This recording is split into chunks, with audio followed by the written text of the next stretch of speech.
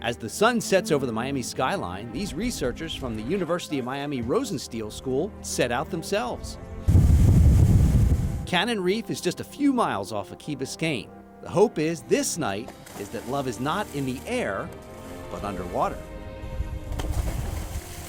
And what we're hoping is that the corals that were restored, that were planted out onto these reefs over the last few years, are going to reproduce sexually and produce offspring, coral babies. It's a hybrid reef made with engineered structures on top of which they've been growing staghorn coral.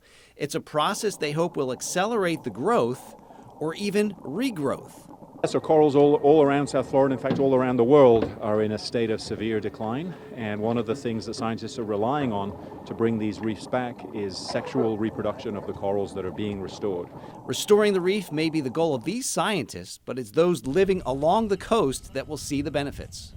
We need this because the reefs that are building are not only home to all kinds of different marine species and support commercial and recreational fisheries, but they also protect our coastlines. So it's right after the full moon when the water is warm. The hope is that right out there, the coral will spawn just a few miles off the South Florida coast once the sun goes down.